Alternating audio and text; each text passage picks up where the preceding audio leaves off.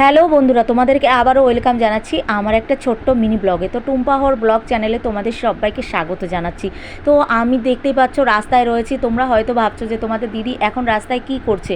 তো আজকে আমাদের এখানে ভোট, আজকে 13ই মে আমাদের এখানে ভোট। তো যখন ভোট দিতে যাব তখন আমার বাবুকে বললাম, বাবু তুমি কি আমার সাথে যাবে?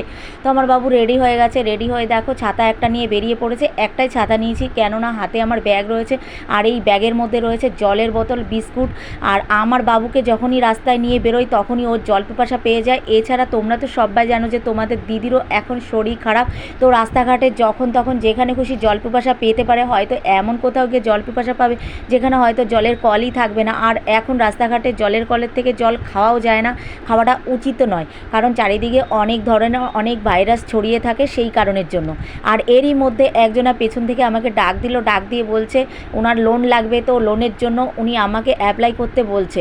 তো যাই হোক, আমি বলে দিলাম যে যার লোন লাগবে সে নিজেই অ্যাপ্লাই করে নেবে, এটা আমাকে বলার কিছু নেই। এই কথাটা বলে আমি সাথে সাথে মেন রোডে উঠে চলে আসলাম।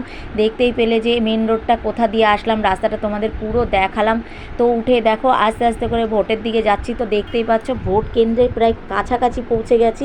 দেখতে পাচ্ছ এখানে বড় বড় বাস রয়েছে, এই বাসে করে বাইরের থেকে সেনাবাহিনী এসছে। আর প্রত্যেকটা জায়গায় সেনাবাহিনী এসছে, কেননা ভোটের দিন অনেক ধরনের অনেক গণ্ডগোল হতে পারে সেই কারণের জন্য। তো এইখানে আমাদের থানা রয়েছে পাশেই। এরই মধ্যে আমার বাবু ছাতাটা উঁচু করে ধরেছে যে মায়ের মাথায় রোদ্দুর লাগবে সেই কারণের জন্য। তো যাই হোক, ও ছাতাটা উঁচু করে আমাকে টেনে নিল ওর কাছে, যাতে আমার মাথায় রোদ্দুরটা না লাগে। তাই বলে না, রক্ত কথা বলে, নিজের রক্ত নিজেরই হয়, পরের রক্ত কখনো নিজের মতো হয় না।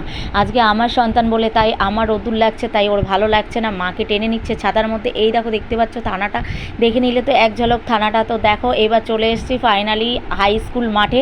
এটা গাংনাপুর বয়েজ স্কুল, আর প্রত্যেকবার আমাদের ভোটটা এই বয়েজ স্কুলেই হয়। তো বয়েজ স্কুলের মাঠে আমি ঢুকে পড়েছি ভোট দেওয়ার জন্য। সবাই বারণ করছিল ফোনটা নিয়ে যেতে, সেই জন্য সোনামাকে বললাম, মা তুমি ফোনটা নিয়ে দাঁড়াও, আমি ভোটটা দিয়ে আসি। তো ভেতরটা তোমাদের দেখাতে পারলাম না, তাই ভোটটা দিয়ে বেরিয়ে এসে দেখো স্লিপটা ছিঁড়ে ফেললাম। এই দেখো আঙুলে কালি দিয়ে দিয়েছে, ভোটটা দেওয়ার পরে চিহ্ন করে দিয়েছে, আর আমার বাবুরও আঙুলে